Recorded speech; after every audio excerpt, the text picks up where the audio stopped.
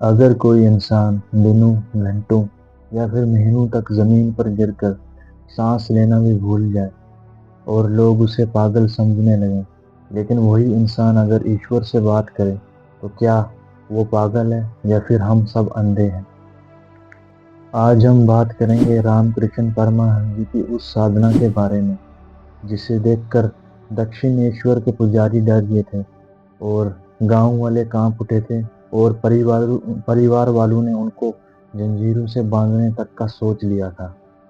रामकृष्ण परमहंस जी ना ही कोई राजा थे और ना ही कोई विद्वान पंडित थे और ना ही वेदों के बड़े ज्ञाता। वे थे एक साधारण दक्षिणेश्वर काली मंदिर के पुजारी, कम पढ़े लिखे, गांव की भाषा बोलने वाले और सीधा ईश्वर को दिल से जाने वाले।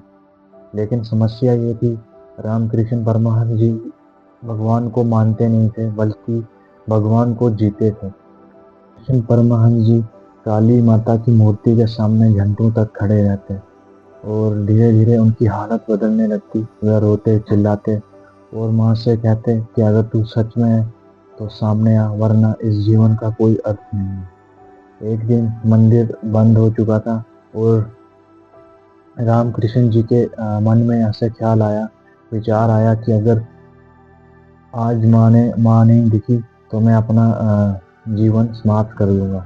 तो जब मंदिर बंद हो चुका था, वह मंदिर के पीछे गए और वहाँ पे माँ काली की तलवार रखी हुई थी, जिससे बलि दिया करते थे, और उन्होंने वह तलवार उठाई।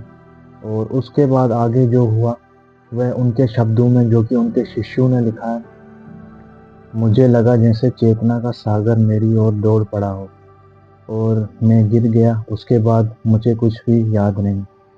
फिर लोगों ने देखा कि रामकृष्ण मंदिर में गिरे हुए हैं और सांस बिल्कुल भी नहीं ले रहे और आंखें आधी खुली हुई हैं।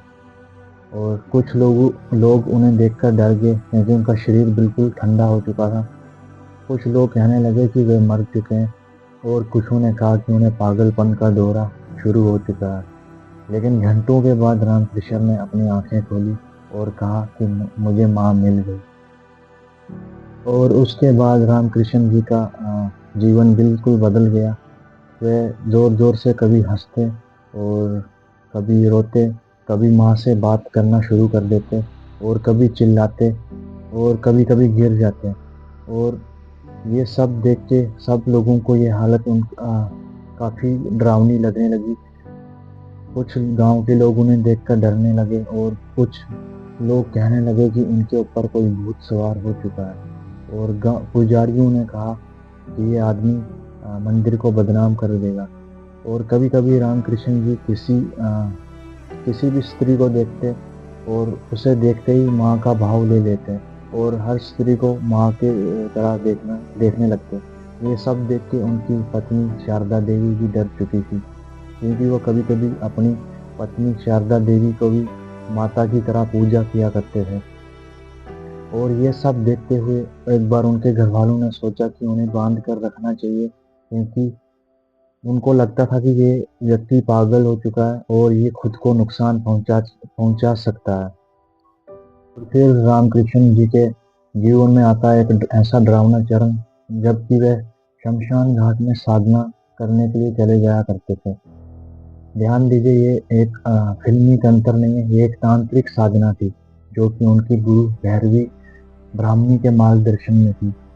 शमशान घाट इसलिए क्योंकि वहाँ पे मृत्यु का सत्य होता है और रामकृष्ण परमहंस जी मुर्दों से बिल्कुल भी डरा नहीं करते थे। वे अहंकार को मिटता हुआ देखना चाहते थे, मृत्यु के सत्य को जानना चाहते थे। इसलिए उन्होंने अपनी साधना के लिए शमशान घाट को भी चुना था। लेकिन बाहर से देखने वाले व्यक्तियों के लिए ये एक पागलपन था। वह उन्हें देख के कांप उठते थे और पागल कहना कहना स्टार्ट कर देते थे और कुछ भी उनके बारे में उल्टी फुल्टी बातें सोचा करते थे। और रामकृष्ण परमहंस जी का सच ये भी है कि वे भाव समाधि में डूब जाते थे। भाव समाधि ये एक ऐसी अवस्था है जहाँ पे शरीर अपना होश खो देता है, व्यक्ति की सांसें बिल्कुल धीमी हो जाती हैं और बाहर की दुनिया उसके लिए एकदम से मिट जाती है। आज की मेडिकल शब्दों में से कहा जाता है कैटालेप्टिक ट्रांस।